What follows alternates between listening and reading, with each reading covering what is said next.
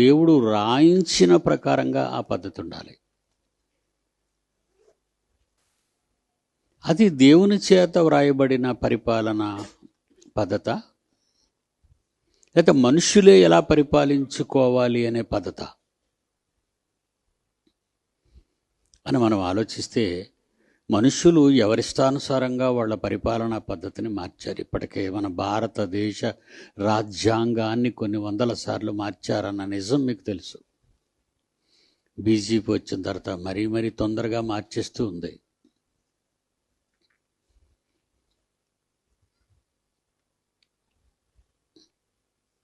కానీ పాలన, దేవుని ప్రజలైన ఇశ్రాయేలీయుల పాలన అనగానే ఆ పాలన దేవుని ఇష్టానుసారంగా జరగాలి. పాలించేవాడు, పరిపాలించేవాడు రాజు అవుతాడు, తండ్రి అవుతాడు.